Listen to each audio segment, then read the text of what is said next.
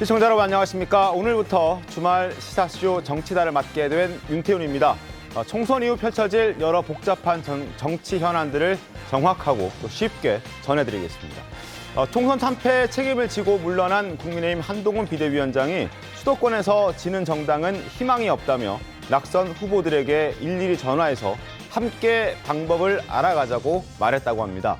그리고 오늘 새벽 모든 책임은 나에게 있다며 또 재차 입장을 한 번 더 강조했는데요. 당직자들에게 전하는 말이었지만 시사하는 바가 적지 않습니다. 자세하게 분석해 보겠습니다. 또 윤석열 대통령도 이르면 다음 주 초 총선 참패에 대한 입장을 발표할 예정이라고 합니다. 어떤 형식으로 또 어떤 내용을 발표할지 관심입니다. 전망해 보겠습니다. 잠시 뒤에 돌아오겠습니다.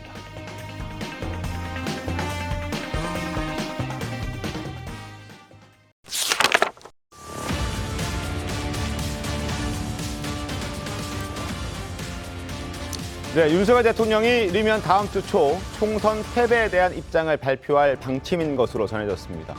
주말까지 일정을 잡지 않고 담화 내용과 형식을 고심 중이라고 하는데요. 영상으로 먼저 만나보겠습니다.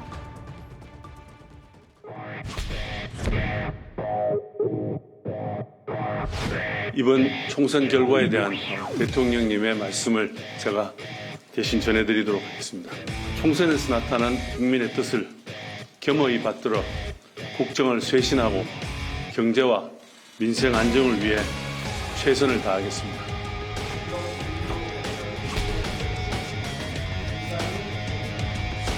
정부 여당은 총리 임명과 대통령실 참모 인선부터 달라진 모습을 보여주기 바랍니다.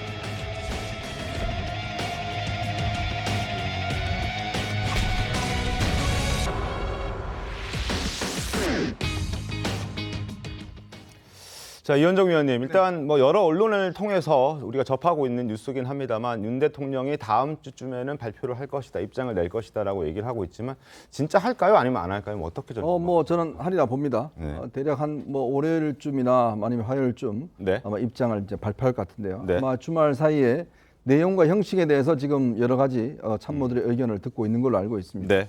일단 지금 비서실장과 지금 정무수석, 홍보수석이 일단 사의를 표명했기 때문에 네. 지금 이 관련된 이제 문제, 후속 책임들 이런 것들을 이야기하고 있는데요.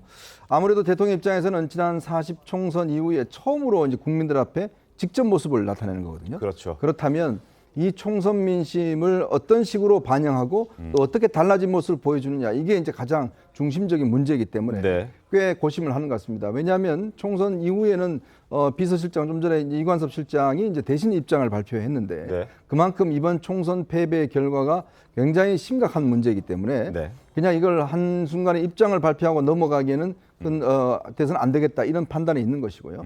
그리고 지금 당과 그다음에 이제 정부 그다음에 비서실 전부 다 사의를 표명했지 않습니까? 네, 그렇습니다. 그렇다면 이거는 굉장히 엄중한 사태이기 때문에 네. 제가 볼 때는 아마 대통령이 이 공식적인 입장들을 밝히고 네. 지금 제 생각에는 이게 예전에 같으면 이제 대통령 담화를 형식을 통해서 이야기를 했는데 네.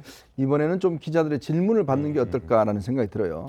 그래야지만 국민들이 이게 조금 소통이 이제 좀 더 하려고 하는 뜻이구나라는 네. 의미가 있을 것이고 그리고 이제 여러 가지 어떤 지금 인사 순서도 예전처럼 일방적으로 발표할 것이 아니라 야당 대표와의 어떤 면담, 그러니까 회담을 먼저 한 다음에 아하. 사실은 총리나 이런 것들을 발표하는 형식도 저는 한번 고려해 볼 만하지 않는가 하는 생각이 듭니다. 알겠습니다. 일단 형식은 일방적인 담화 발표보다는 소통을 강조한 기자회견 형식이 될 수 있을 것 같다라는 전망을 좀 해주셨고 그와 함께 민주당이 지금 요구하고 있는 영수회담도 가능성을 배제할 수는 없다. 이런 말씀을 해주셨는데 민주당 입장 어떻습니까?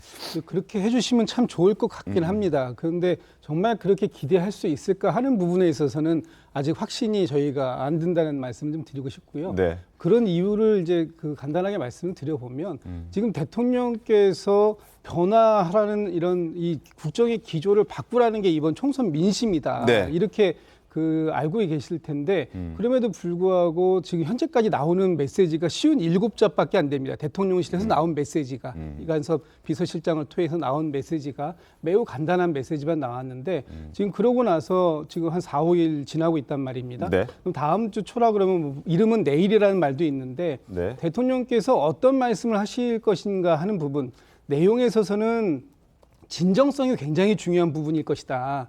그리고 방향성도 한번 진짜 저희가 좀 지켜봐야 될 대목인 것 같고요. 좀 전에 말씀 주셨지만 형식적인 부분 굉장히 중요합니다. 그렇죠. 대통령께서 도어 스태핑과 기자회견을 안 하신 지가 벌써 1년 반이 넘었습니다. 꽤 됐죠. 지난번 4월 1일 날 있었던 의정 갈등 담화문도 네. 거기에 기자들이 배석하지 않고 참모들만 앉은 상태에서 일방적으로 읽고 나오셨던 거 아니겠습니까? 내일 요번 그 다음 주 초에 네. 하시게 된다면 진짜로 그 담화문 발표하듯이 하지 마시고 네. 기자회견처럼 해서 네. 진솔하게 얘기하고 국민을 대표해서 기자들이 질문을 할 수 있는 그런 기회가 반드시 있어야 되겠다. 그리고 한마디만 더 말씀드리면 네. 아마 내용적으로 지금 많은 고심을 하시겠죠. 그런데 가장 중요한 내용은 그동안의 반성과 네. 앞으로의 국정 기조를 이런 방향으로 가겠다라는 그런 원론적인 것 플러스 알파가 좀 필요하겠다. 어떤 알파를 원하십니까? 그 이제 지금 상황에서라면 바뀌겠습니다. 제가 좀 부족했습니다. 이 정도까지가 아니라 구체적으로 무엇이 잘못됐는지 앞으로 어떤 대화 협의 채널을 가동할 것인지 예를 들면 뭐 여야정 협의체라든지 뭐 여러 가지가 있지 않습니까? 네. 이런 것들이 나온다면 그런 조금 이제 저희들이 다시 한번 대통령의 진정성을 판단할 수 있는 어떤 근거가 되지 않을까 이런 생각이 좀 갖고 있어요. 알겠습니다. 형식적인 것이 아니라 좀 더 구체적인 내용이 나왔으면 좋겠다라는 메시지를 좀 주신 것 같은데 일단 대통령 담화와 함께 또 관심을 끌고 있는 것은 대통령실 고위 참모진들이 과연 이제 어떤 사람으로 새롭게 채워지느냐가 아닐까 싶습니다. 지금 하마평에 오르는 인물들이 원희룡, 김한길, 장제원, 이상민, 권영세 등등 여러 사람들이 후보로 오르고 있긴 합니다만 과연 어떤 인물들이 실제로 우리 국민들 앞에 선배게 될지 한번 지켜봐야 될 것 같은데 그러나 민주당은 벌써부터 비판하기 시작했습니다. 그 목소리부터 확인하겠습니다. 이동관 전 위원장이 신임 비서실장 하마평에 오르는 것 자체만으로도 경압스럽습니다. 이동관 비서실장을 관철하려 든다면 정권 심판의 회초리가 정권 종식의 쇠몽둥이가 될 것임을 강력히 경고합니다. 원희룡, 김한길, 장제원, 이상민, 권영세 등 국무총리와 비서실장 하마평에 오른 인물들의 면면을 볼 때 대통령이 총선에서 드러난 민심을 엄중하게 받아들이고 있는지 의문입니다. 만약 이런 식의 인사가 단행된다면 책임을 져야 할 사람들에 대한 돌려막기 인사, 측근 인사, 보은 인사이며 총선 결과를 무시하고 국민을 이기려는 불통의 폭주가 계속되는 것입니다. 임명하기도 전부터 비판의 목소리를 내고 있는 민주당의 목소리를 직접 들어봤습니다. 자, 강선우 그리고 권칠승 의원의 목소리를 들어봤는데 이렇게 시작도 하기 전에 비판하고 있는 의도는 뭐라고 보십니까, 송림 변호사님? 뭐 민주당은 지금 전국의 주도권을 완전히 장악하겠다는 그런 의도가 있어 보이죠. 그렇게 네. 함으로써 그 정부 여당을 그러기 상태로 몰아가겠다는 어떤 그런 의도가 있는 것이 아닌가 보입니다. 그런데 지금 국민들께서 야권의 192석이라고 하는 그런 힘을 준 것은 그 민생에 대해서 그렇게 쓰라고 하는 기대가 있는 것이지 네. 무슨 뭐 정부와 여당을 그러기 상태로 몰아넣는다, 어떤 뭐 권력을 끝낸다 이런 의도로 주신 것은 전혀 아니거든요. 네. 그렇기 때문에 이 감당할 수 있는 능력보다 큰 의석수나 권한을 가졌을 때 항상 그 정치 집단에 위험이 따릅니다. 기회라고 하는 것은 곧 위기가 되기도 하거든요. 그러니까 민주당이 지금 저런 큰 의석수를 가졌을 때 네. 오히려 먼저 민생을 돌보고 겸손한 자세로 몸을 낮춰야 됩니다. 그것이 민주당 스스로에게 도움이 될 것이고요. 또 대통령의 고유한 인사권은 그것대로 존중을 해가면서 네. 어떤 인사가 발표가 되면은 그 다음에 어떤 평가나 비판을 해도 늦지 않을 것이다. 그런 말씀을 드립니다. 알겠습니다. 자, 지금 하마평에 오르고 있는 인물 다시 한번 말씀드리면 원희룡, 김한길, 장제원, 이상민, 권영세 등등이 이제 후보로 오르고 있는 그런 상황인데요.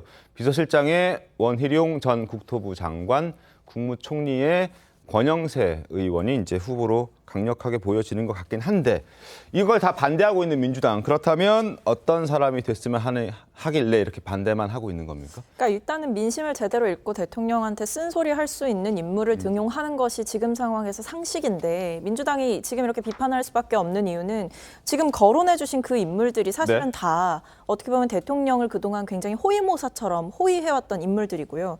또는 윤석열 정권의 실책을 오히려 부각시킬 수 있는 인물들이라는 점에서 이러니까 아직 아직도 용산이 정신을 못 차렸다 이런 얘기를 할 수밖에 없는 겁니다. 저 같으면 만약에 이 인적 쇄신을 고민할 때 저 같으면 전면으로 비윤계 인사들을 좀 등용을 할 것 같아요. 예를 들면 대통령을 향해서 그동안 뭐 지원 유세에 가서도 좀 쓴소리를 했었던 유승민 전 의원 같은 분이 대표적이라고 할 수 있겠죠. 네. 사실 이번에 총선 결과를 보면 민주당을 향한 응원의 마음도 있으셨겠지만 그것보다 더 컸던 민심은 결국 윤석열 정권에 대한 심판 정서였습니다. 그렇다고 한다면 국정 운영을 지금처럼 듣기 좋은 소리만 하는 사람들로 가득 채우지 말고 민심을 제대로 전달할 수 있는 정말 쓴소리 제대로 할 수 있는 인물들로 채워라. 이것이 민심이기 때문에 저는 이런 면에서 비윤계 인사나 그동안 대통령을 향해서 쓴소리를 해왔던 인물들을 좀 탕평으로 인사하는 모습이 필요하다 이렇게 생각합니다. 어떻습니까? 그러니까 그런 어떤 뭐 과감한 인적인 어떤 이렇게 배치도 이제 필요할 텐데 네. 문제는 이제 아마 그런 부분들은 있을 거예요. 지금 이제 당장 이 총리실이나 이런 그 정부 같은 경우는 지금 이제 일단 부처가 움직여 나가야 되지 않습니까? 네네. 그러려면 사실은 대통령과 총리가 어떤 같은 지향점, 같은 걸 가지고 있어야 되는데 예전에 이제 김영삼 대통령 시절에 이회창 당시에 총리를 임명해서 여러 가지 갈등 요소는 굉장히 많았어요. 왜냐하면 총리라는 분이 대권 행보를 해버리면 네. 사실은 이게 권력이 사실은 대통령 중심으로 되어 있는데 네. 총리가 그걸 앞서가 버리면 이게 굉장한 혼란들이 생깁니다. 자, 그럴 경우는 오히려 지금 우리가 이야기했던 국정 안정보다는 국정 혼란으로 이어질 수가 있는 거기 때문에 네.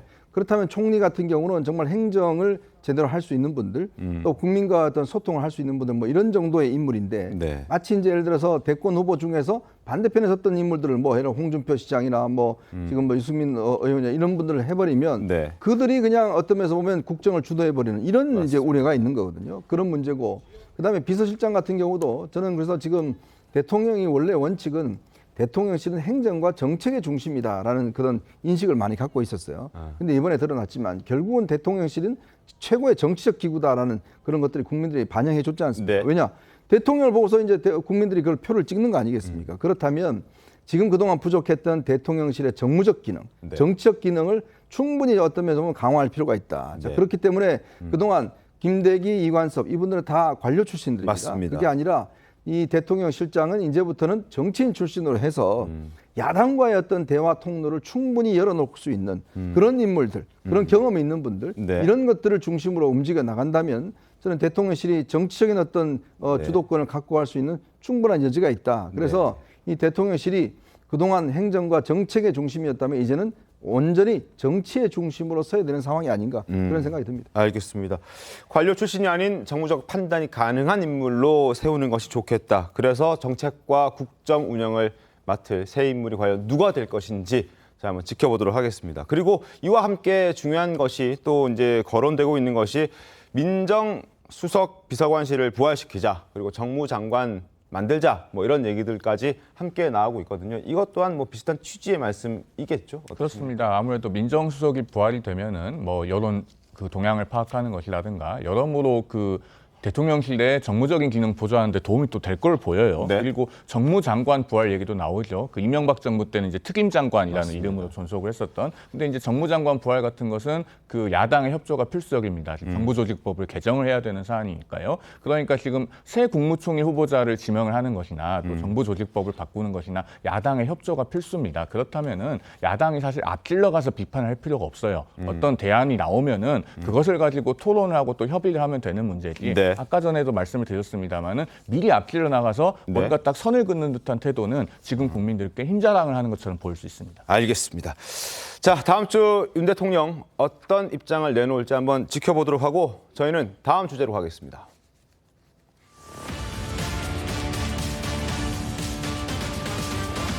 자, 오늘 새벽 한동훈 전 비대위원장이 당직자들에게 메시지를 보냈다고 오프닝에서 말씀드렸습니다. 한 위원장 지난 1월 당 사무처 직원들을 격려하는 자리에서 내가 더 잘하겠다라는 인사를 남기기도 했었죠. 그 모습부터 보겠습니다.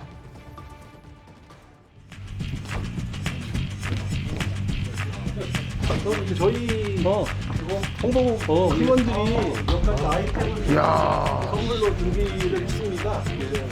위원장님 캐릭터랑 비슷하시죠? 액자로 만들어서 저만 볼게요. 알겠습니다. 요거 잠반 저희가 선거용으로 만든 건데 한번 입어보시죠. 뭐 내일부터 입으시는 게 어떨까 싶습니다. 비대위 때 지금부터 입고 다닙니다. 알겠습니다. 고맙습니다. 제가 더 잘하겠습니다. 지난해 12월 비대위원장으로 정치에 입문해서 정말 쉼없이 달렸지만 좋은 결과 받지 못했고, 그리고 정치 입문 107일 만에 보수 참패라는 큰 책임을 떠안고 당을 떠났습니다. 그리고 오늘 새벽 함께 고생했던 당직자들에게 이런 글을 남겼다고 합니다. 사랑하는 동료 당직자와 보좌진 여러분, 동료 여러분들께서는 잘하셨습니다. 제가 부족했기 때문입니다.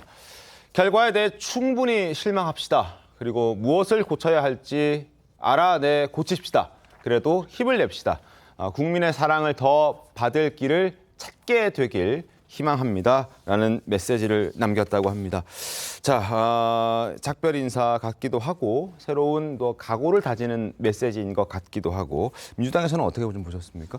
지금 저 메시지는 작별 인사 같지는 않아 보여요. 네. 뭔가 새롭게 시작하겠다라는 의지를 내보인 메시지가 아닌가 싶습니다. 그러니까 한동훈 위원장이 당연히 저런 그 메시지는 낼 수 있다고 봅니다. 네. 왜냐하면 지난 100일 동안 국민의힘의 비대위원장으로서 나름의 역할을 했고, 네. 또 아마 많은 기대를, 총선 승리를 기대하지 않았겠습니까? 맞습니다. 근데 총선 승리를 하지 못한 상황에서 바로 다음 날 그 사퇴하는 그런 그 상황이었기 때문에 아마 당직자들이라든지 그 주변에 있는 분들한테는 인사말을 제대로 하지 못하고 그러고 이제 떠났기 때문에 오늘쯤 그런 메시지를 낼 수는 있는데, 네. 저기에서 좀 의미심장한 말들이 있어요. 무엇을 고쳐야 할지 알아내 고치십시다. 라는 메시지. 네.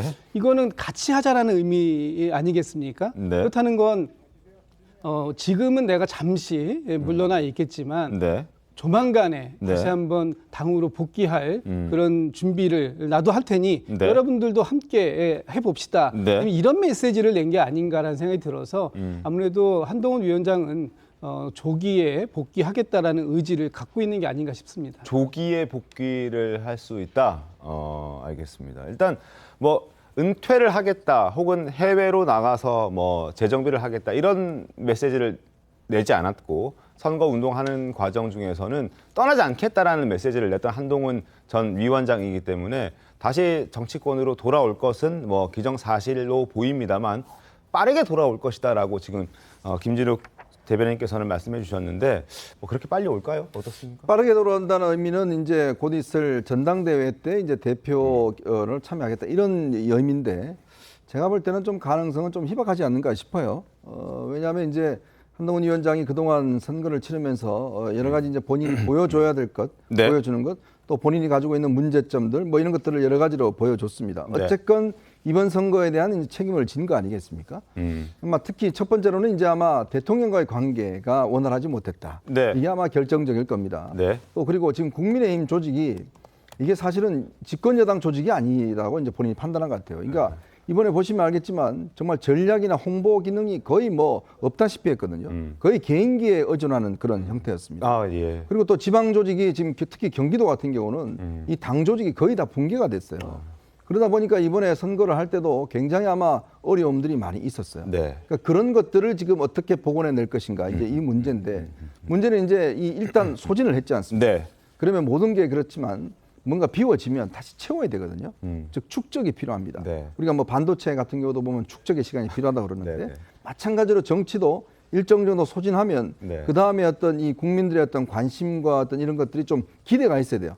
자, 다시 좀 나와주세요. 뭐 가수도 예를 들어 신곡 발표하고 난 다음에 그 다음에 또 하면 새로운 곡을 발표하기까지는 꽤 시간이 걸리잖아요. 그렇죠. 마찬가지로 정치도 한동훈 위원장이 그동안 보여줬던 것들이 뭐 긍정적인 효과가 있다면, 네. 본인의 어떤 잘못이 아니라면 또 한 번의 축적의 시간은 필요하고, 이 축적의 시간을 하고 난 다음에 한동훈 위원장이 어떤 모습으로 나올까? 라는 기대가 있어야지만이 그게 본인의 어떤 효용성이 있는 건데, 네. 지금 당장으로서는 전당대회를 하기에는 조금의 어떤 여러 가지 사정들로 비춰봐서는 좀 힘들 것 같고, 네. 그러면 좀 더 다른 어떤 과정들 뭐 이런 것들을 아마 살펴보지 않겠는가 싶습니다. 재충전의 시간과 어떤 기대 심리가 함께 나와야 다시 복귀할 수 있다. 뭐 이런 말씀 해주셨습니다.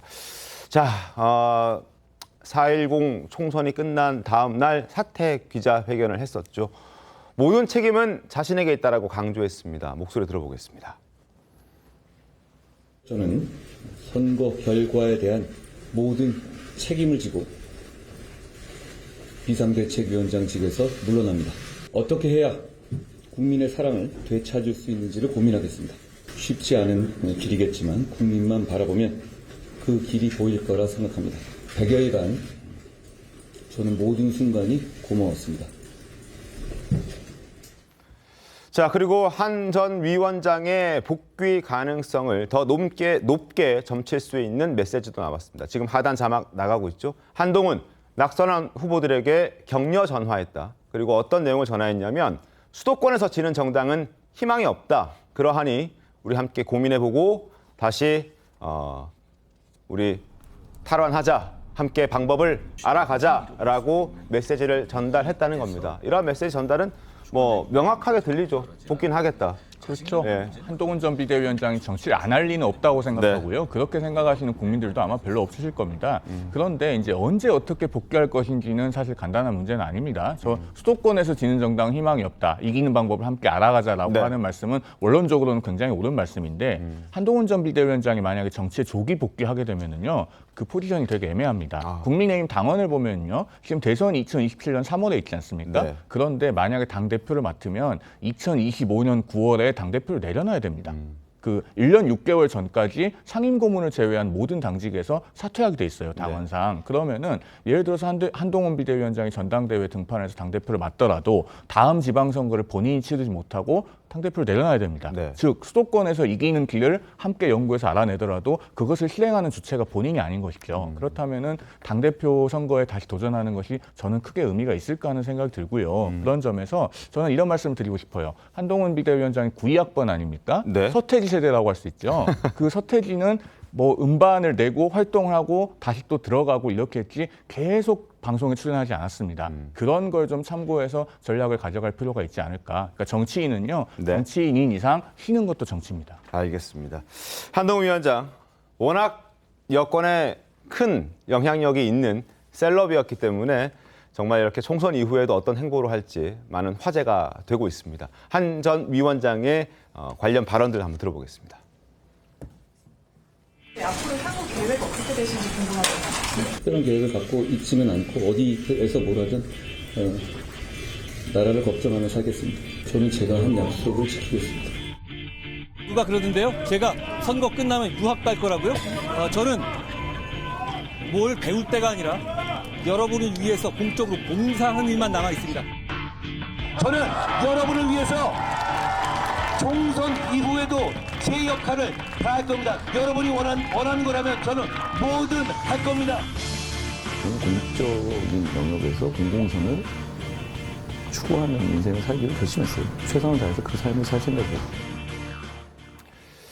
박성민 최고께서는 어떻게 한 전 위원장이 정계로 다시 복귀할 걸로 보이십니까? 어떤 모습으로? 뭐 가장 좋은 거는 뭐 전당대회라는 기회가 열린다면 그렇게 할 가능성이 높은데 저는 그 이전에 좀 의미심장하다고 생각한 말이 국민 속에서 이제 답을 찾아가자라고 했잖아요. 그리고 이제 비대위원들이랑 같이 함께했던 비대위원들이랑은 또 수시로 소통을 하면서 정치 현안에 대해서 얘기를 하고 있다라고 보도해서 봤는데 이걸 보면 전당대회보다 조금 더 일찍 복귀할 수 있겠다. 그렇다면 그 방법이 뭘까? 더 일찍? 네, 뭘까 생각해 보면 약간 민심을 경청하는 그런 기획들을 해볼 수 있겠다라는 생각도 들어요. 그걸 뭐 이제 낙선한 정치인들과 같이 팀을 짜서 해볼 수도 있고 마음이 맞는 사람들과 사실 이게 정치권에서 많이 쓰이는 말들이 뭐 민심 경청 투어 이런 것들을 하지 않습니까? 또는 이제 낙선한 지지자들을 위로한다라는 목적으로 뭔가 모임을 만들어서 얼굴을 비칠 수도 있는 것이고요. 여러 가지 방식으로 결국 한동훈 비대위원장의 메시지를 보게 되면 국민 속에서 답을 찾겠다라는 건 국민들을 만나겠다라는 의미와도 비슷해지는 거거든요.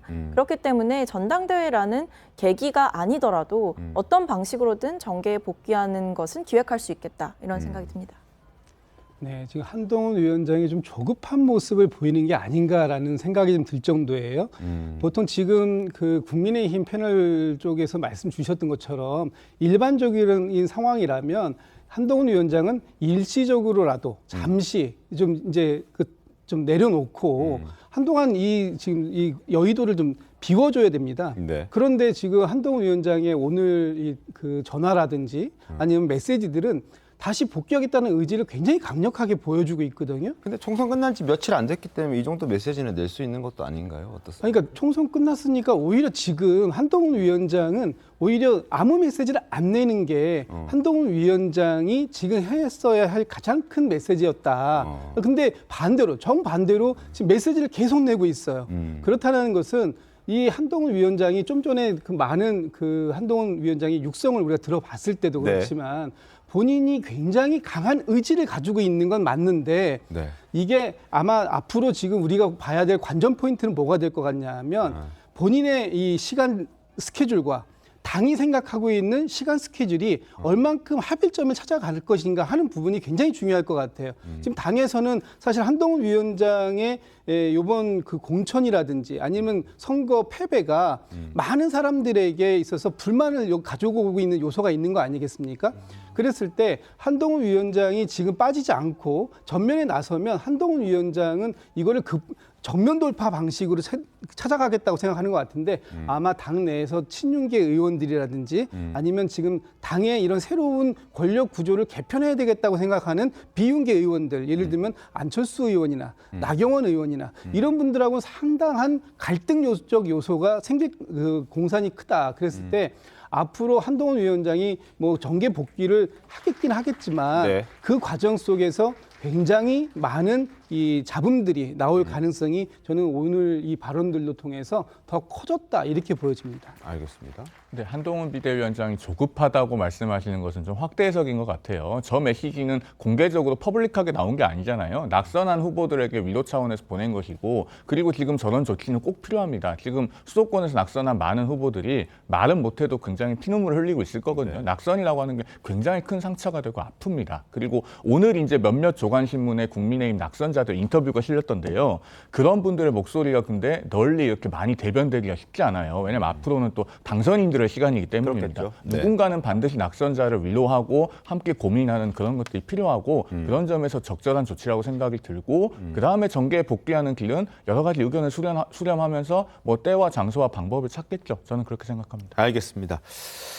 자, 선거 기간 정말 열심히 뛰어준 한동훈 전 위원장임은 분명해 보이는데요. 선거 기간 중에 죽어도 서서 죽겠다 이렇게 말했던 적이 있죠. 영상 보겠습니다. 용기를 냅시다.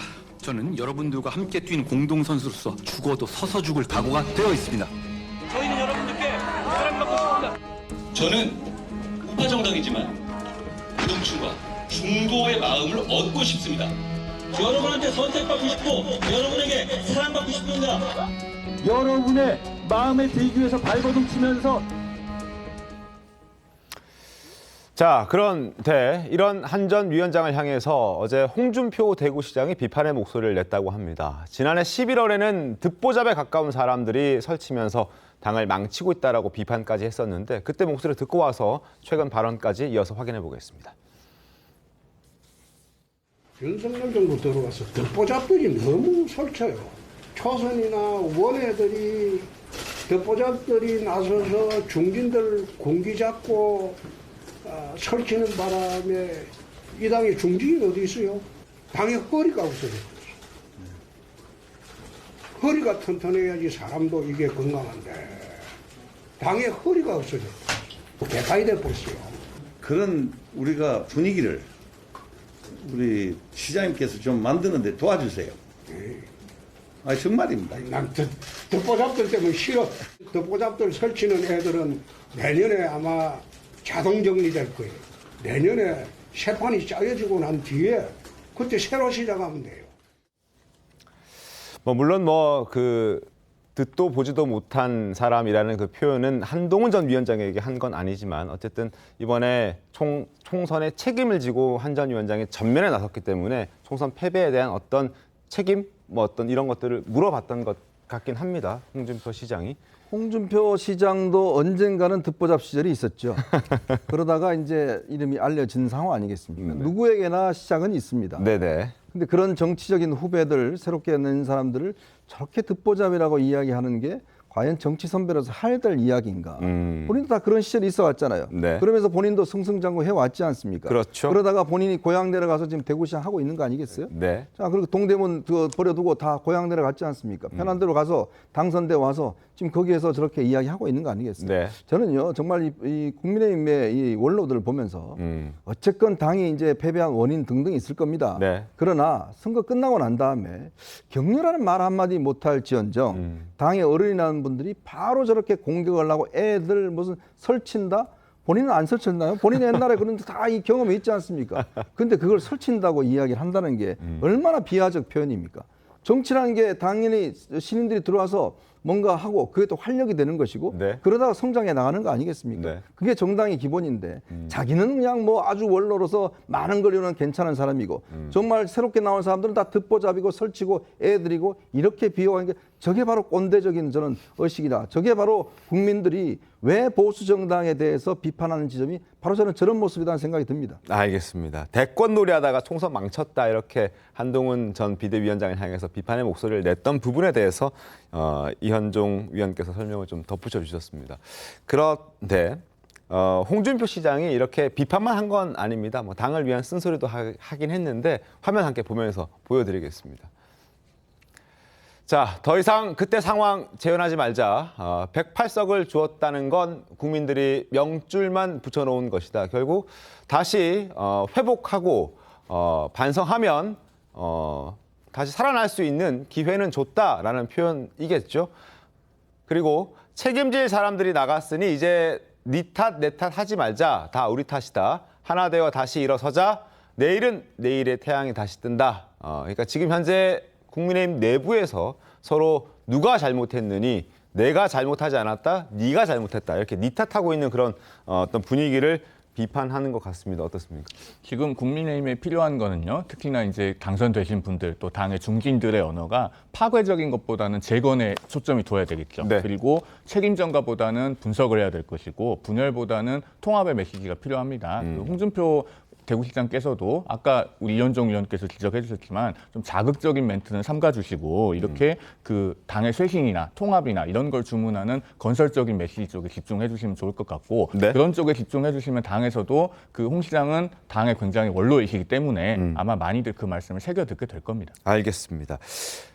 국민의힘도 쇄신을 하긴 해야 할 겁니다. 근데 어떻게, 어떤 방식으로 어디서부터 시작해야 할지는 굉장한 고민인 것 같습니다. 뭐 전당대회나 원내대표를 새로 뽑자니 경쟁하면서 시끄러워질 것 같고 비대위도 좀 고민이 되고 이걸 어떻게 해야 할까? 뾰족한 방법은 지금 당장은 없어 보이긴 하는데요. 이현정 의원께서는 좀 어떻게 했으면 가장 좋을 것 같습니까? 뭐 결국 이제 국민의힘은 그동안 항상 비상 상태였죠. 비대위원장만 있는 정당이었고 네. 실제로 정상적인 뭐 당 대표가 없었던 뭐 네. 짧았던 네. 그런 정당이지 않습니까? 그러니까 이번에 이제 국민의 어떤 이 질책과 목소리들이 이제 있었기 때문에 이제는 더 이상의 어떤 비상적인 상황은 안 된다. 네. 어떻게 하든지 당의 어떤 이 새로운 이 지도 체제를 내세워서 네. 그걸로서 이제 운영을 해 나가려고 해야지 자꾸 이 비대위에 대한 어떤 이 중독이 걸려버리면 네. 뭘 하면 비대위, 그다음 또 하고 또 비대위. 뭐 당이라는 게 항상 뭐 비상적인 상황이 있다 보면 결국 나중에 이게 비상 너무 많이 걸면요. 네. 이게 사람이 지칩니다. 자, 그렇기 때문에 저는 오히려 좀 시간이 걸리더라도 네.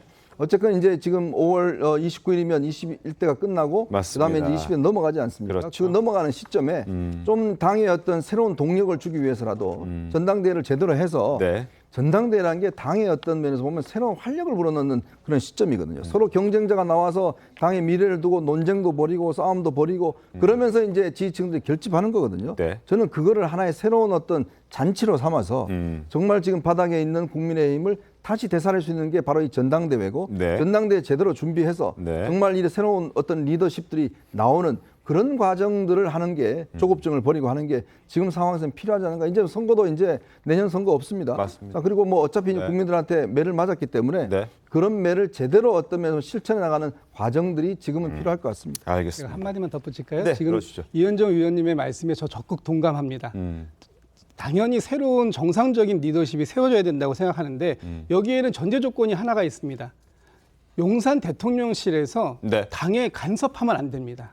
당에 맡겨둬야 됩니다. 네. 예를 들면 대통령실에서 지난번 김기현 대표 선출 과정이나 이런 데에서 관여를 많이 했지 않습니까? 그리고 뭐 김기현 대표를 세우기 위해서 나경원 후보 그 당시에 나왔을 때 연판장 돌렸지 않습니까? 또 안철수 후보 나온다고 그랬을 때 또 당에서 또 저희 대통령실에서 제재했어요. 이런 식의 관음은 안 되고 또 한 가지는 당원 당규도 그때 바꾼 걸로 알고 있습니다.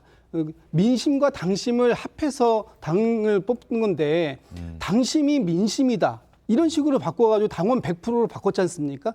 이런 것들이 이번에 정확하게 다시 원상복구돼서 당에서는 당이 자체적으로 알아서 리더십을 세울 수 있게 해야지 대통령실이 그 국민의힘의 이 당권에 관여하는 개입하지 순간 말아라. 네. 또다시 이런 반복된 재연의 아픔이 생길 것이다. 이런 말씀 한번 드리고 싶습니다. 알겠습니다. 자, 국민의힘 상황 여기서 좀 마무리를 하고요. 저희는 다음 주제 가겠습니다.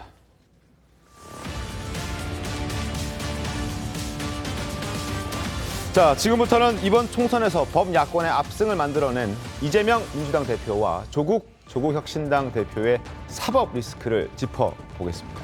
자, 먼저 이재명 대표는 총선 이틀 만인 어제 본인의 재판에 출석했습니다. 영상 보시죠. 당선은 됐지만 사법 리스크 여전하다는 지적이 있는데 어떻게 생각하십니까? 임기직 의원직 상실 가능성에 대해서는 어떻게 보십니까? 앞으로 재판에 빠짐없이 출석하시는 건가요? 자, 이 대표 총선 하루 전날에도 재판에 출석하면서 그때는 이러저러한 얘기들을 많이 했었습니다. 그러나 어제는 아무 얘기하지 않고 침묵으로 일관을 했는데요. 자, 이 행동에 어떤 의미가 좀 있을까요? 서로 차이점이 있다면? 일단 총선 하루 전날에 이제 재판에 출석할 때는 사실 선거운동 지원 유세를 가야 되는 그 시간에 그 시간을 쪼개서 재판에 참석했던 거기 때문에 본인도 굉장히 좀 정치적인 아쉬움이 있었던 상황이다 보니 정치적인 메시지를 낼 수밖에 없었던 상황. 그리고 마지막까지 지지층을 결집시키기 위한 여러 정치적인 행동이 필요한 시기였기 때문에 당시에는 본인의 여러 가지 심경을 토로하는 메시지가 있었던 것으로 보이고요. 이번에는 이제 총선이 끝나고 나서 재판에 참석하는 상황이었고 만약에 이 상황에서 이재명 대표가 어떤 메시지를 냈든 간에 아마 공격은 있었을 겁니다. 예를 들면 총선에 압승했기 때문에 기고만장해져서 저런 이야기를 한다라든지 아니면 제1야당 대표의 지위를 이용해서 사법부를 압박한다라든지 이런 식의 여러 가지 정치적인 공격이 들어올 수 있는 상황이었기 때문에 사법부를 존중하는 의미에서 침묵을 택한 것으로 보이고요. 어떤 재판에서는 메시지를 내기도 하지만 들어가기 전에 메시지를 안 내는 경우도 그간 꽤 있었기 때문에 특별하게 주목할 이유는 없어 보입니다. 알겠습니다. 재판 내부 상황도 한번 짚어보도록 하겠습니다. 언론 보도를 통해서 이제 나오고 있는 내용들을 설명드릴 텐데 이 대표 측과 검찰 측이 언성까지 높여가면서 날선 공방을 했다고 합니다. 자, 이런 얘기들이 오고 갔다고 하는군요. 증거를 두고 공방이 과열됐는데 검찰이 정바울의 경찰 진술을 숨겨놨다. 적어도 부끄러운 줄 알아야 한다라고 이재명 대표 측에서 변호인들이 얘기를 했고 여기에 대해서 검찰 측에서는 왜 검찰 조서를 증거로 신청하지 않았는가. 방금 하신 발언은 적절하지 않다라고 하면서 양측이 공방을 벌였다고 합니다. 자, 이건 어떻게 봐야 됩니까? 저게 뭐 검찰이 숨기려고 숨긴 건 아닐 겁니다. 저 사건이 이제 그 이재명 대표의 공직선거법 위반 사건 허위사실 공표 혐의로 재판을 받고 있는 거 아니겠습니까? 크게 보면 이제 김문기 씨를 모른다라고 했던 거하고 그다음에 백현동 용도 변경 관련이죠. 그 중에서 이제 그 백현동 개발업자인 그 아시아 디벨로퍼의 정바울이라는 사람이 있지 않습니까? 이제 그분의 그 경찰 진술을 숨겼다고 하는 것이 이제 변호인의 공격 포인트인데 그게 뭐 숨기려고 숨긴 건 아니었을 거고 제가 알기로는 그게 별건의 사건에서의 진술인 걸로 알고 있어요. 어쨌든 간에 그러면은 변호인은 그런 경우에 또 사용할 수 있는 형사소송법상의 장치와 그 권리들이 있습니다. 그러니까 뭐 형사소송법 266조의 3 같은 그 규정을 이용해서 관련 규정에 따라서 뭐 열람, 등사, 교부 이런 걸 신청하면 되는 문제예요. 그런데 공개된 법정에서 굳이 또 이걸 숨겼다고 하면서 뭐 부끄러운 줄 알았으면 한다라는 식으로 공격하는 것은 글쎄요. 어떤 법정에서 예양은 좀 벗어난 것이 아닌가 싶기도 합니다. 알겠습니다. 자, 그리고 대장동 사건의 변호를 맡았던 김동화 당선인이 있습니다. 선거 기간에 이 대표가 재판에 출석했던 것을 언급하면서 사법개혁도 이참에 해야 한다라고 얘기를 했다고 하는군요. 자, 목소리 한번 들어보겠습니다. 사법개혁도 참 많이 필요하다는 생각입니다. 그 총선 전날 이재명 대표님을 굳이 그 재판정에 불러 세우는 거, 저는 그 부분이 너무 이번 총선에서 가장 좀 충격적인 장면으로. 맞습니다. 이번 총선에서 가장 중요한 순간인 선거 전날인 오늘 저의 손발을 묶는 것이 검찰 독재 정권, 정치 검찰의 의도인 것을 압니다. 그러나 국민으로서 재판 출석 의무를 지키기로 했습니다. 이 부분은 단순히 뭐 사법부를 개혁한다는 문제를 넘어서 좀 정말 민주적 통제가 필요하지 않을까 그런 생각이 듭니다. 헌정 질서에 대해서 지금 사법부가 도전하고 있는 게 아닌가.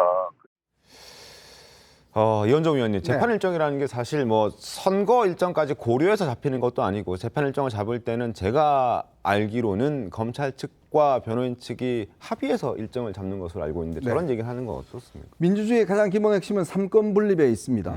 자, 근데 예전에 검수완박을 할 때 그때 내세웠던 논리가 검찰권에 대한 민주적 통제라는 걸 내걸었어요.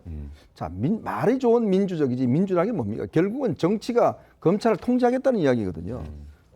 좋습니다. 이 검찰은 일단 행정부 내에 있으니까 한데 사법부는 정말 독립적이지 않습니까? 그거는 민주주의 국가에서 가장 기본인 거거든요. 독재 국가가 가장 먼저 하는 게 뭐냐면 바로 사법부를 장악하는 겁니다. 자, 그래서 사법부의 통제를 들어가는 건데 지금 이제 더 이상 검찰에 대해서는 이제 떠났으니까 이제는 사법부를 통제하겠다. 저는 처음 들어봐요. 어떻게 이 법률가가 사법부에 대한 민주적 통제를 이야기를 하는지. 아니 그럼 판사의 판단을 내리는데 이렇게 하지 마라고 지금 정치권에서 이야기하겠다는 거 아니겠어요? 도대체 여기서 이야기하는 민주적 통제는 뭐예요? 민주당 통제를 하겠다는 겁니다. 저는 그렇게 봐요. 왜냐? 세상에 사법부를 통제하겠다는 그 발상 자체가 이 자유민주주의를 인정하지 않는 거 아니겠습니까? 그렇다면 이제 앞으로 이 이재명 대표는 검찰권을 넘어서서 결국 이 재판을 지연시키고 판결을 어떤 면에서 보면 이 본인들의 뜻에 따라 나오게 하는 것들 그게 유일한 방법이에요. 지금 법원이 결국은 이재명 대표 정치 생명을 결정하게 되는 거잖아요. 그러니까 이제 대장동 변호사들이 나와서 이거 지금 민주적 통제해야 된다. 그럼 법도 바꾸겠죠. 이제 아마 그렇게 되면. 자, 그걸 누가 부추기냐? 김어준 씨입니다. 바로 김어준 씨 유튜브 나가서 그런 질문을 던지고 그렇게 해야죠라고 이야기를 하는 거예요. 거기 김동완 지금 당선인이 그렇게 답변을 하는 것이고 바로 이제부터는 민주당이 추구할 것은 결국 법원에 대한 민주적 통제가 아니라 민주당 통제를 시작하는 게 아닌가. 저는 그러면서 굉장히 우려스럽습니다. 민주당이 법원을 통제하려는 것이다라는 모습. 지금 이현정 위원님의 말씀은 제가 동의하기가 굉장히 어렵습니다. 왜냐하면 법원을 우리가 삼권 분립을 명확하게 하고 있는 헌법적인 기본 가치를 준수하는 게 민주당입니다. 그러니까 민주당이 어떻게 법원을 통제하겠다 이런 얘기를 하시는 건 좀 호도하는 말씀이다 이렇게 드리고요. 지금 좀 전에 이재명 대표의 발언 중에서도 국민으로서 재판 출석 의무를 지키기 위해서 나왔습니다. 이렇게 얘기한 적이 있습니다.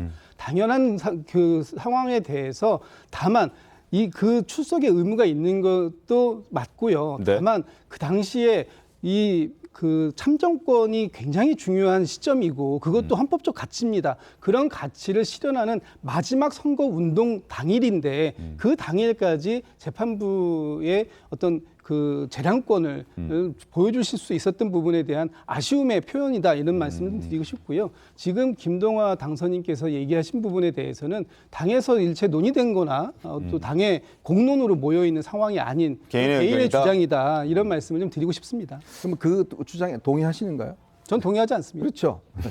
그래서 말씀드린 겁니다. 알겠습니다.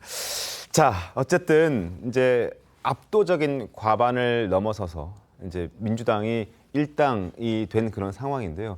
그럼에도 불구하고 이재명 대표의 어떤 향후 거취는 사실상 불투명하다는 지적이 나옵니다. 왜냐하면 바로 이것 때문입니다. 이재명 대표의 사법 리스크. 자, 공직선거법 위반 사건. 어제 있었던 재판입니다.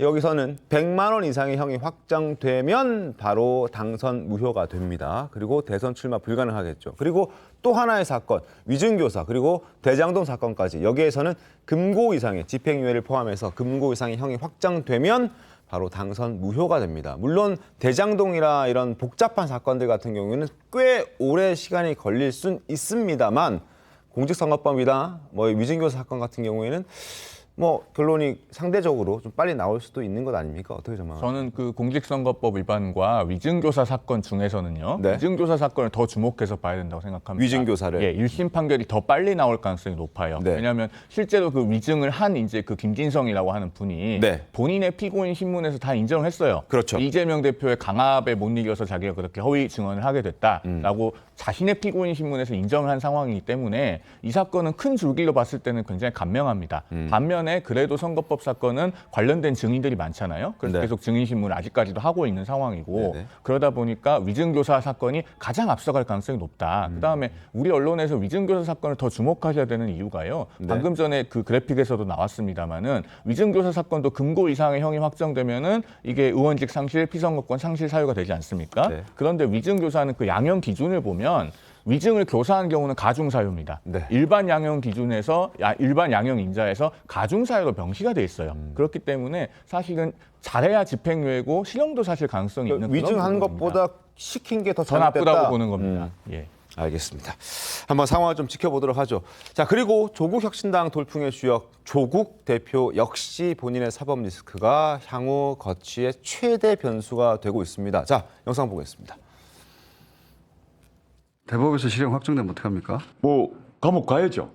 방법이 없죠. 뭐. 가서 그동안 뭐 재판 받느라고 어떤 정치하느라고 못 읽었던 책 읽고 뭐 푸시업하고 뭐 스쿼트하고 뭐 플랭크하고 이러면서 예, 건강 관리 열심히 해서.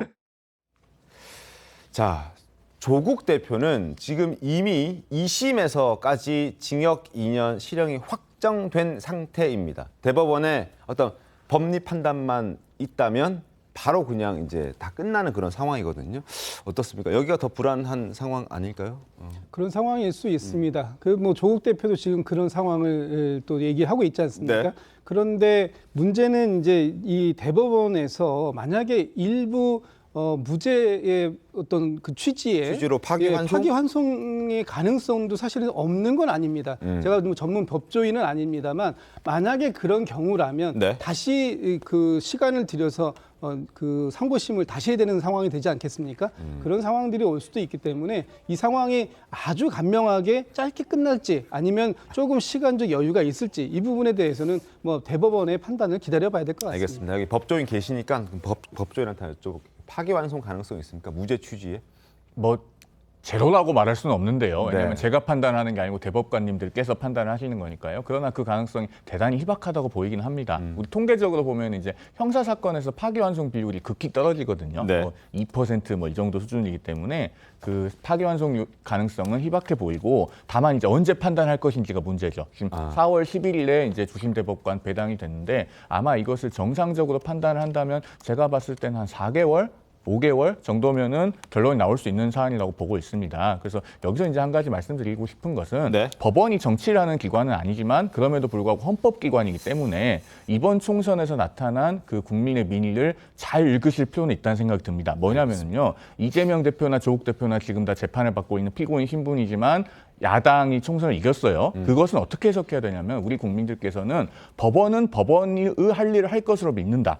즉 국민들께서 법원에 대한 신뢰를 보여주신 거예요. 그러면은 법원도 사법부도 국민의 신뢰에 대해서 그것을 지켜주는 것이 필요하다. 저는 그 말씀을 꼭 드리고 싶습니다. 알겠습니다. 자, 법원의 판단을 저희도 기다려 보겠습니다. 자, 그런데 조국 혁신당의 사법 리스크는 조국 대표만 있는 게 아닙니다. 화면 보시죠. 조국 혁신당 비례대표 당선인 모두 12명입니다. 그런데 이 중에서 4명이 사법 리스크가 있습니다. 자, 비례 1번 박은정 전 검사. 검사 시절에 윤석열 검찰총장의 감찰 자료를 징계위에 무단으로 낸 혐의로 지금 현재 공수처가 수사하고 있고요. 자, 조 전 장관 조국 대표 이미 앞서 설명을 드렸듯이 2심에서도 2년 실형을 선고받은 상태입니다. 그리고 비례 8번 황운하 의원. 울산경찰청장 시절에 울산시장 선거에 개입한 혐의로 1심에서 징역 3년을 받은 상황입니다. 자, 2심 재판 기다리고 있고요. 차규근, 이 사람도 김학의 불법 출금으로 2심 재판을 받고 있습니다. 물론 1심에서 무죄가 나오긴 했습니다만 2심에서 이제 재판 중이어서 최악의 경우에는 12명의 비례의원 중에서 당선인 중에서 4명이 박선민 최고위원님 교체될 수도 있는 상황입니다. 뭐 일단 조국혁신당 차원에서 이런 부분을 뭐 모르고 공천을 하거나 그러지는 않았겠죠. 그리고 유권자들께서도 투표하실 때 재판을 받고 있고 수사를 받고 있는 후보가 있다라는 걸 인지하시고 투표를 하신 거기 때문에 저는 그 판단까지도 종합적으로 존중해야 된다라는 생각이고요. 네. 조국당 차원에서 만약에 이렇게 뭐 일부가 정말 실형을 선고받고 의원직을 유지할 수 없는 상태가 되었을 땐 뭐 자체적으로 비례승계가 되는 그 시스템에 따라서 처리를 할 것으로 생각이 되는데 물론이죠. 예. 조금 주목해봐야 될 포인트는 물론 뭐 여러 가지 사건이 있습니다만 네. 결국에 이게 윤석열 대통령이 검찰총장 시절이던 그때 있었던 일과 관련해서 재판을 받고 있는 인사도 있고 네. 또는 뭐 김학의 불법 출금 이 부분은 사실 법적으로는 문제가 됐을지언정 사실 국민들이 판단하셨을 때는 그 안에서 최선의 선택을 했다 이렇게 보시는 분들도 있지 않겠습니까? 그러다 보니까 오히려 이분들이 실형을 받았을 때 사법적인 판단과는 별개로 조국 혁신당을 향해서 정치적인 에너지가 더 집결되는 계기가 될 수도 있다. 그런 여러 가지 해석은 열려 있다 생각합니다. 알겠습니다. 이재명 대표, 조국 대표 두 사람의 사법 리스크 한번 어떻게 흘러갈지 지켜보도록 하겠습니다. 그리고 조국혁신당의 또 다른 이슈가 있습니다. 바로 원내 3당으로 올라서긴 했습니다만 20명의 의원 수가 되지 않으면서 교섭단체를 구성할 수는 없는 그런 현재 상황인데 이걸 민주당이 교섭단체 구성 요건을 완화하겠다라고 하면서 조국혁신당도 교섭단체가 될 수 있는 그런 상황에 지금 현재 놓여 있고 가능성이 꽤 있어 보입니다. 영상부터 보겠습니다. 당연히 만나고 또 필요한 부분 협의해야 됩니다. 지금까지도 계속 소통 중입니다. 조국 혁신당도 우리 국민들께서 또 권한을 위임한 중요한 또 하나의 정치 세력이기 때문에 당연히 우리 존중하고 함께 가야 합니다. 자, 교섭단체를 의원수 20석으로 규정해 둔 것은 17개 상임위에 그래도 적어도 한 명씩은 배치를 할 수 있어야 이게 교섭단체로서 의미가 있다라는 뜻에서 이렇게 의석수를 20개로 맞춰놓은 건데 이걸 지금 줄인다면 20개 이하로 줄여서 뭐 10개까지 얘기도 나오고 있는 그런 상황이긴 하거든요. 이게 정상적인 방법입니까? 어떻습니까? 그러니까 이제 편법을 쓰자는 거겠죠. 왜냐하면 이제 이번에 민주당이 만약에 과반이 안 됐으면 아마 그 요구를 들어줬을 가능성도 있을 것 같아요. 왜냐하면 이제 조국 당이 캐스팅 보트 역할을 하니까 협조 관계를 위해서 이제 했을 텐데 지금은 그럴 필요가 없지 않습니까? 민주당 단독으로도 충분히 할 수 있는 게 많고 그리고 조국 당이라는 자체가 어떤 정책과 이념 뭐 이게 있는 정당이 아니라 지금 뭐 조국 대표의 어떤 사법 리스크 관련된 인사들이 그냥 일단 모인 거거든요. 그러니까 뭔가 어떤 지향성과 방향성이 일단 없습니다. 자, 그러다 보면 여기는 조국 대표가 흔들리면 이 당은 굉장히 흔들릴 가능성이 있어요. 자, 그런 상황이기 때문에 또 이재명 대표 입장에서는 굳이 조국 대표를 지금 키워줄 필요가 없는 거죠. 원내 예를 들어서 교섭단체 대표로서 굳이 어떤 키워줄 필요가 없는 거고 그러려면 뭐냐면 더불어민주연합을 과연 그럼 이걸 어떻게 할 것이냐. 왜냐 이분들이 의원을 하려면 기본적으로 더불어민주연합에서 출당을 시켜야 됩니다. 비례대표이기 때문에. 그러면 진보당은 진보당대로 이제 갈 것이고 나머지 분들 같은 경우는 민주당이 흡수를 하지 않으면 조국당으로 흘러갈 수가 있는 거예요. 그럼 그거를 민주당이 과연 그럼 그렇게 할 것인가? 아니면 예를 들어 더불어민주연합을 그냥 민주당에 합당해버리고 그냥 이분들 그냥 놔둬버리면 어디 못 가잖아요. 이제 그렇게 만들어버릴 수가 있는 거거든요. 그러니까 그런 어떤 여러 가지 어떤 이 시나리오들이 있을 것 같아요. 그리고 더불어 지금 민주당 국민의힘 같은 경우도 아예 국민의 미래 자체를 그러니까 이거를 교섭단체로 만들어버리는 그러면서 이제 원내에서 어떤 면에서 보면 이제 이 두 개를 만들어버리는 뭐 이런 것도 있고. 그러니까 지금 이 22대의 어떤 전략을 놓고서 아직 서로 간에 어떤 여러 가지 좀 지향점이 있는 것 같습니다. 그런 면에서 일단 조국 혁신당이 과연 원내 교섭단 될 수 있을까? 저는 좀 상당히 부정적으로 봅니다. 알겠습니다. 어떤 상황이 펼쳐질지 한번 지켜보도록 하죠. 다음 달 30일 이제 22대 국회가 개원하는데 어떻게 될지 한번 상황을 보겠습니다. 그리고 코인 보유 논란으로 인해서 지금 이번에 불출마했던 김남국 의원이 총선이 끝나자마자 활동을 재개하는 것 같습니다. 자, 이런 메시지를 남겼습니다. 정말 오랜만에 인사드린다. 작년 언론의 마녀 사냥식 공격 이후로 상당 기간 은둔했는데 만나서 편하게 소주 한잔 하고 싶다라면서 지지층에게 이런 글들을 남겼습니다. 그리고 장소도 아마 특정된 것 같고요. 날짜도 특정된 것 같더군요. 어떻습니까, 박성준 최고위원님? 글쎄요, 뭐 여러 가지 지금 어떤 활동을 앞으로 하실지가 좀 주목되는 시점인 것 같아요. 네. 의원직은 뭐 더 이상 할 수 없게 됐고, 그러니까 이제 임기를 마치는 일만 남은 거죠. 근데 네. 이제 번개로 뭐 만나시는 것까지 제가 뭐라 이제 코멘트를 드리기는 좀 어려운 부분인 것 같고, 이제 본인의 지지층들과 만나시겠다는 걸 막을 방법은 없겠죠.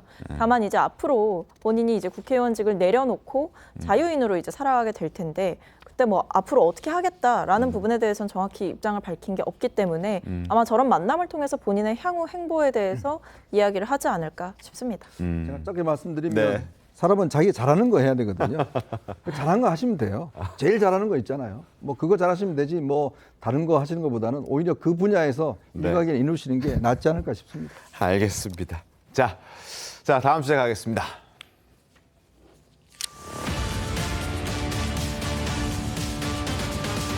자, 총선 이후에 과연 영수회담 가능할 것인가 이런 기대감이 점점 높아지고 있습니다. 자, 민주당의 이재명 대표 영수회담 해야 한다라고 얘기를 하고 있죠. 목소리 들어보겠습니다. 윤석열 대통령이 이렇게 영수회담 제안을 하시면 응하실 생각이 있으신지? 정치라고 하는 게 근본적으로 대화하고 타협하는 것인데 당연히 만나고 당연히 대화해야지요. 지금까지 못한 것이 아쉬울 뿐입니다. 혹시 다시 제안하실 생각도 있으신가요? 그건 뭐 지금까지 제가 계속 말씀드렸던 것입니다.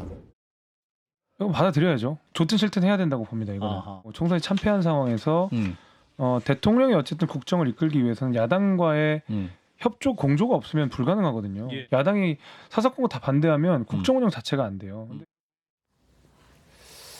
자, 화면 한번 함께 보도록 하죠. 지난 2월에 윤석열 대통령의 어떤 영수회담에 대한 입장입니다. 영수회담은 우리 사회에서 없어진 지 오래다. 이거 과거다. 과거 일이다. 지금은 당대표가 다 대통령과 분리되어 있기 때문에 이건 지금 할 필요가 없다. 영수회담은 여당의 지도부를 대통령이 무시하는 게 될 수 있기 때문에 이건 꽤나 곤란한 상황이다. 이렇게 얘기했습니다. 그리고 재판이 진행 중인 것들은 있지만 뭐 정치는 정치고 다른 차원의 문제다라고 얘기를 하면서 일단 만나는 걸 꺼리는 건 아니다라고 얘기를 하고 있죠. 만날 수는 있지만 어쨌든 영수회담 형식으로 만나는 건 적절치 않다 이렇게 얘기합니다. 민주당에서 할 말이 좀 많을 것 같습니다.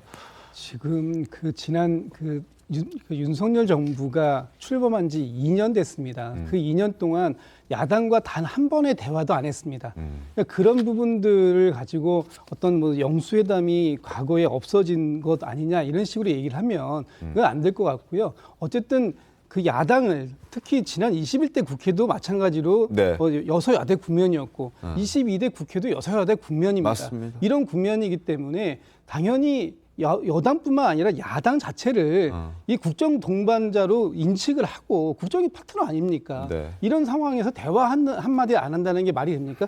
대통령께서 이렇게 말씀하셨네요. 대통령이 여당의 지도부를 영수회담은 여당의 지도부를 대통령이 무시하는 게 될 수 있기 때문에 곤란한 상황이다. 반대로 해석하면요. 여러 차례 지금 만나셨습니다. 그 여당 지도부를. 그러면 야당 지도부 그동안 무시해온 겁니까? 그렇기 때문에 대통령께서 사실 이렇게 영수회담이 이렇게 큰 이슈가 되지 않을 수도 있었던 거 아닙니까? 만나서 대화하고 소통하고 하는 모습들을 자주 보여주셨다면 이렇게 등 떠밀리듯이 그렇게 끌고 나가서 이렇게 만나는 자리도 없었을 것이다.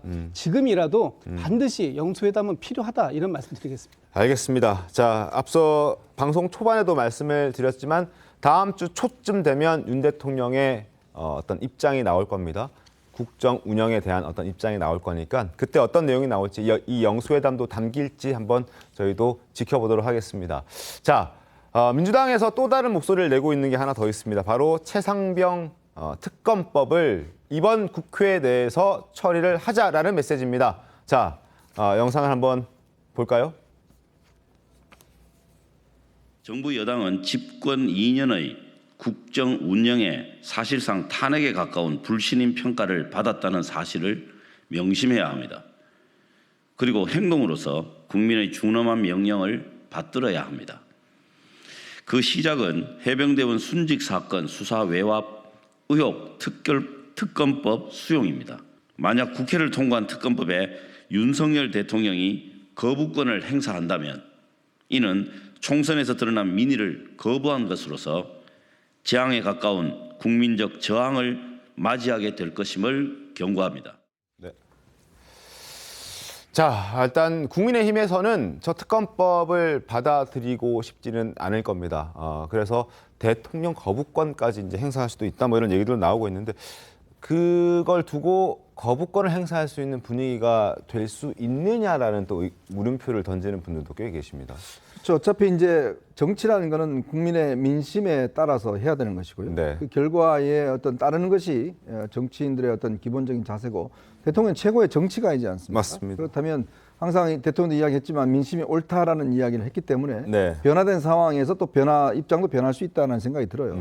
그리고 또 좀 계속적으로 이제 이 문제가 어떤 이슈가 되어 왔던 거예요. 그동안 선거에서 많이 쌓여왔습니다. 결국 네. 쌓여와서 결국은 지금 이번에 민주당 승리로 나타난 거 아니겠습니까? 그렇다면 저는 뭐 국민의힘 입장에서도 지금 거부권 행사 쉽지 않습니다. 네. 왜냐, 8석밖에 더 많지가 않기 때문에 맞습니다. 이 8명 같은 경우는 내부적으로 보면 또 의견이 옛날 같지가 않습니다.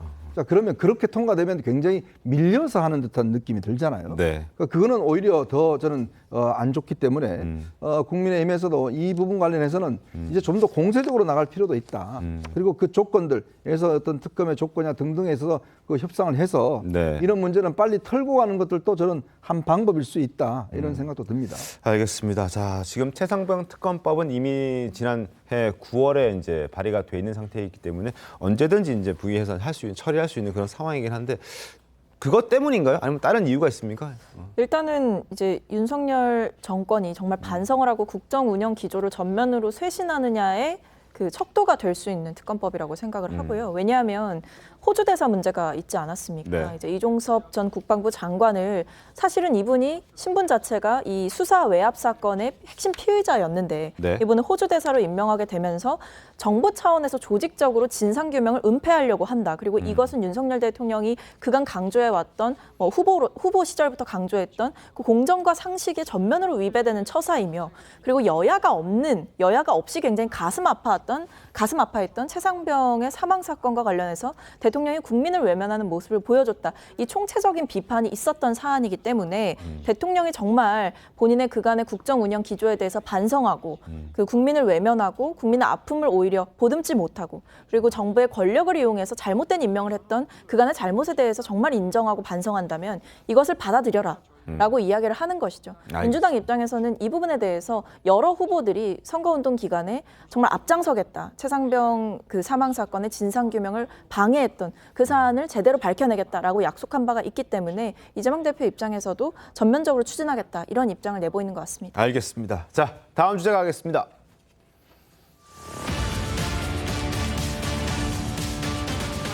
자, 막말 논란에도 당선이 된 민주당 김준혁 당선인이 어제 오후 성균관을 찾았다고 합니다. 자, 사진부터 함께 볼까요? 자, 성균관 찾아서 고개 숙이고 있는 김준혁 당선인의 모습이 보여지는데요. 성균관장을 만나서 직접 사과했다고 합니다.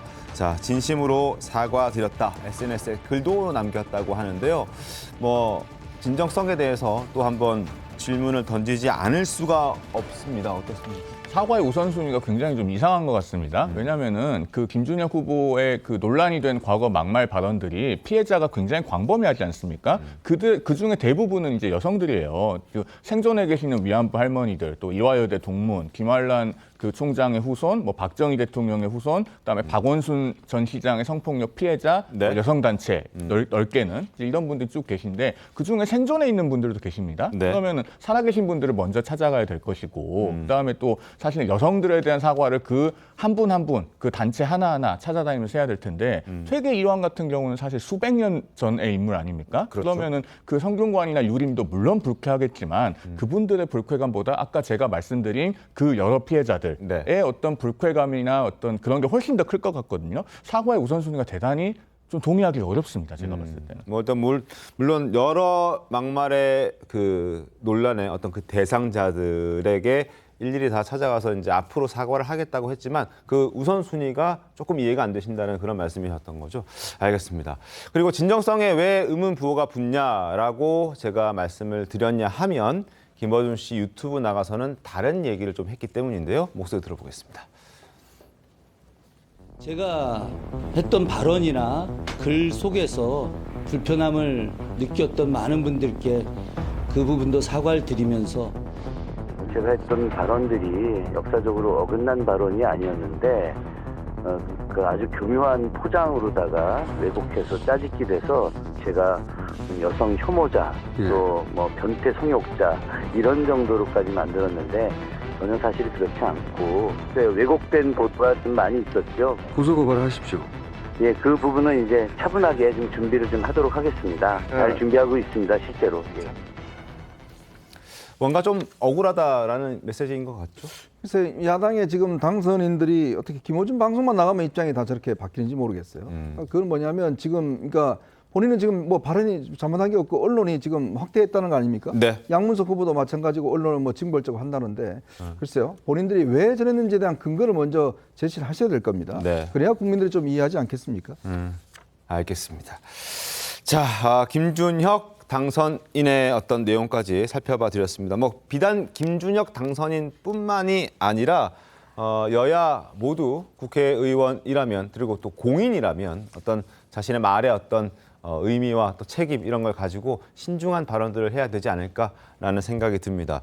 자, 주말 시사쇼 정치다. 오늘 소식은 여기까지입니다. 곧바로 뉴스 7이 이어집니다. 많은 신청 부탁드리겠습니다. 저는 내일 오후 5시 40분에 다시 찾아오겠습니다. 고맙습니다.